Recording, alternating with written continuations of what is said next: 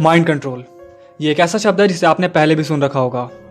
अगर आप नहीं जानते तो माइंड कंट्रोल एक ऐसा तरीका है जिससे हम किसी दूसरे इंसान के दिमाग को कंट्रोल कर सकते हैं। लेकिन सवाल ये आता है कि क्या माइंड कंट्रोल जैसी कोई चीज़ असलियत में होती भी है या नहीं। इसका जवाब है जी हाँ, माइंड कंट्रोल एक हकीकत है और आज इस वीडियो में मैं आपसे इसी बारे में बात करने वाला हूँ।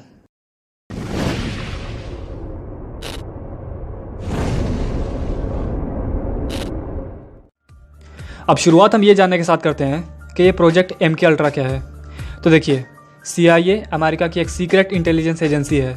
इस एजेंसी ने 1953 में एक प्रोजेक्ट शुरू किया था जिसका नाम था प्रोजेक्ट MK अल्ट्रा। इस प्रोजेक्ट को शुरू करने का मकसद ये पता लगाना था कि क्या एक इंसान की असली याददाश्त को ख़त्म करके उसके दिमाग को अपने काबू में किया जा सकता है या नहीं। तो इस चीज़ का पता लगाने के लिए ये लोग लड़कियों की मदद से किसी आम इंसान को फंसाकर होटल या किसी अपार्टमेंट में लाया करते थे, जहां ये लोग उस इंसान को शराब में LSD नाम का एक केमिकल मिलाकर दे देते थे। अब आप ज़रा ये जान लें कि ये LSD यानी लाइसर्जिक एसिड डाइथाइलमाइड है क्या। तो ये एक ऐसा केमिकल है जिसे किसी इंसान के ऊपर साइकोलॉजिकल वीकनेस डालने के लिए इस्तेमाल किया जाता है, या कह लीजिए कि किसी इंसान को दिमागी रूप से कमज़ोर करने के लिए इस्तेमाल किया जाता है। तो जब ये लोग उस इंसान को शराब में LSD दे दिया करते थे, तब इस केमिकल की वजह से वो इंसान अपनी पहचान तक भूल जाता था और उसे ख़तरनाक किस्म की घबराहट होने लगती थी।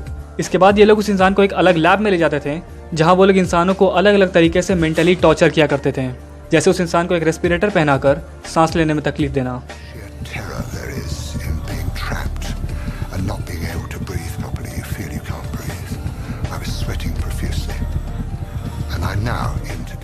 उस इंसान के सर पर लगातार इलेक्ट्रिकल शॉक्स देना।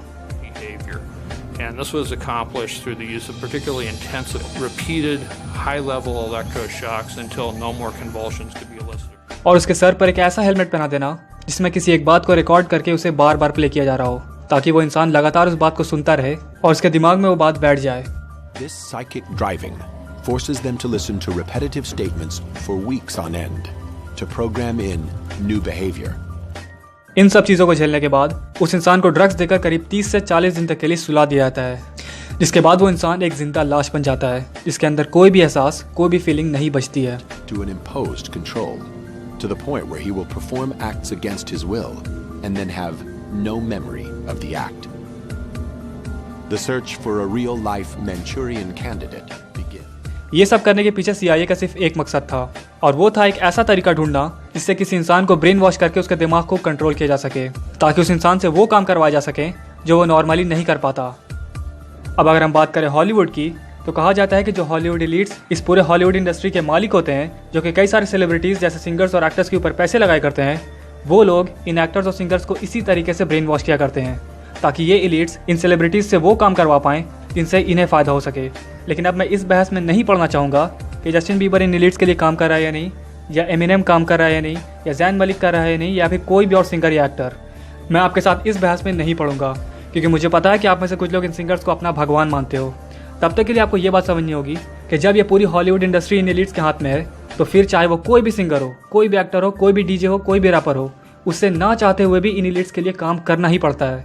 और इस बात को मैं साबित कर सकता हूँ क्योंकि अब खुद हॉलीवुड के ही कई सारे सेलिब्रिटीज़ ने हॉलीवुड को एक्सपोज करना शुरू कर दिया है, जिनमें से कुछ को आप जानते भी होंगे, जैसे Michael Jackson, Kanye West, Prince, Tupac Shakur. लेकिन मैं आपको एक ऐसे शख्स के बारे में बताना चाहूँगा इसने टीवी पर सबके सामने MK अल्ट्रा माइंड कंट्रोल का नाम लेकर हॉलीवुड का खुलासा किया है। इनका नाम है रोजियाना बार। ये एक अमेरिकन एक्ट्रेस, राइटर, प्रोड्यूसर होने के साथ साथ अब एक पॉलिटिशियन भी हैं। इन्होंने टीवी पर एक न्यूज़ चैनल पर यह बात कही कि आज कई सारे हॉलीवुड सेलिब्रिटीज़ के अंदर इतनी हिम्मत नहीं बची है कि वो लोगों के सामने आकर हॉलीवुड की सच्चाई सबके सामने बता सकें, क्योंकि उन्हें डर लगता है कि अगर हमने इन एलीट्स के खिलाफ कुछ भी बात कही तो हमें अपने करियर से हाथ धोना पड़ेगा। लेकिन मुझे इस बात की खुशी है कि आज मैं आप सबके सामने इस बारे में बात कर पा रही हूँ।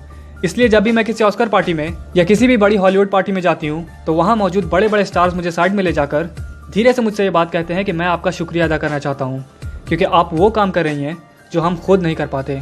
आगे रोजियाना बताती हैं कि हॉलीवुड सेलिब्रिटीज़ के बीच माइंड कंट्रोल का एक कल्चर बन चुका है, जहां MK अल्ट्रा माइंड कंट्रोल पूरे हॉलीवुड पर राज करता है। सुनिए ज़रा आप भी।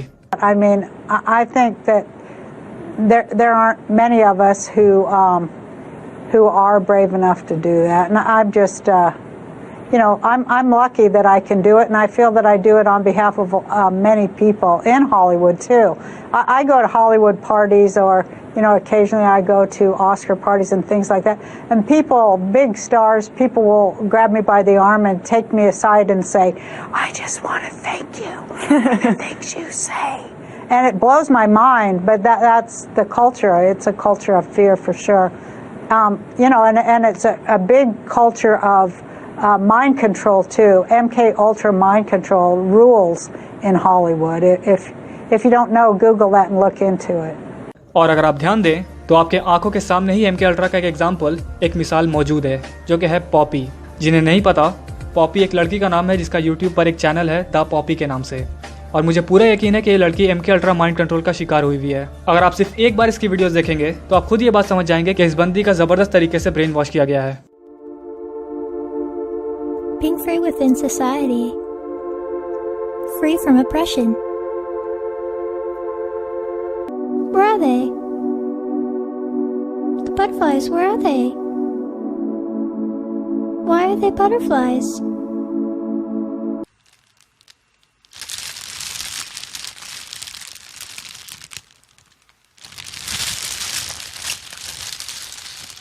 अगर आप इसके चैनल पर जाएंगे तो आप देखेंगे कि इसकी हर एक वीडियो इसी तरह की है। खैर, अब आप सोच रहे होंगे कि भाई MK अल्ट्रा माइंड कंट्रोल से ये लोग हॉलीवुड सिंगर्स या एक्टर्स का तो ब्रेन वॉश कर रहे हैं, इससे हमें क्या नुकसान है? तो जी हाँ, इससे आपको भी नुकसान है, बहुत बड़ा नुकसान है। लेकिन अभी मैं इस चीज़ को इस वीडियो में डिस्कस नहीं कर पाऊँगा, आपको आने वाली वीडियोज़ का इंतज़ार करना पड़ेगा। और एक ज़रूरी चीज़ कि अगली वीडियो जो मैं जल्द ही अपलोड करूँगा वो एक स्पॉन्सर्ड वीडियो होगी, मतलब थोड़ी डिफरेंट वीडियो होगी। जैसी वीडियोस मैं बनाता हूँ वैसी नहीं होगी। बस एक वीडियो की बात है, उसके बाद सब नॉर्मली रहेगा। मैंने बता इसलिए दिया ताकि आप लोग कहीं भड़क ना जाएं कि भाई आपने ये कैसी वीडियो अपलोड की है। तो तब तक के लिए आप इस वीडियो को लाइक और कमेंट कर दें। और शायद ये वीडियो थोड़ी सी शॉर्ट्स अपलोड किया करो, इसलिए मैं कोशिश कर रहा हूँ कि थोड़ी शॉर्ट ही वीडियो बनाऊँ, लेकिन जल्दी अपलोड किया करूँ।